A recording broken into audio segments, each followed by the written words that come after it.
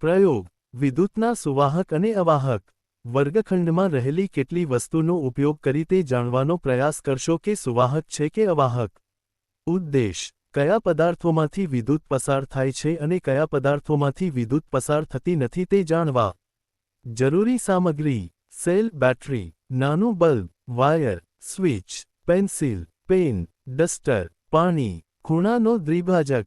પ્રયોગની રીત cell, bulb, wire અને સ્વિચની મદદથી એક સરળ વિદ્યુત પરિપથ બનાવો.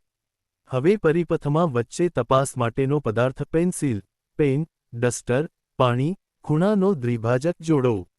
સ્વિચ ચાલુ કરો. જો બલ્બ બળે તો તે પદાર્થ સુવાહક છે. જો બલ્બ ન બળે તો તે પદાર્થ અવાહક છે. દરેક પદાર્થ માટે આ જ રીતે તપાસ કરો. નિરીક્ષણ પદાર્થ બલ્બ બળે ન બળે. પરિણામ પેન્સિલ ગ્રાફાઇટ ભાગ બળે, સુવાહક. પેન ન બળે, અવાહક. ડસ્ટર ન બળે, અવાહક. પાણી બળે, સુવાહક. ખૂણાનો દ્વિભાજક બળે, સુવાહક. પરિણામ પેન્સિલનો ગ્રાફાઇટ ભાગ, ખૂણાનો દ્વિભાજક અને પાણી વિદ્યુત પસાર કરે છે એટલે તે સુવાહક છે. પેન અને ડસ્ટર વિદ્યુત પસાર કરતા નથી એટલે તે અવાહક છે.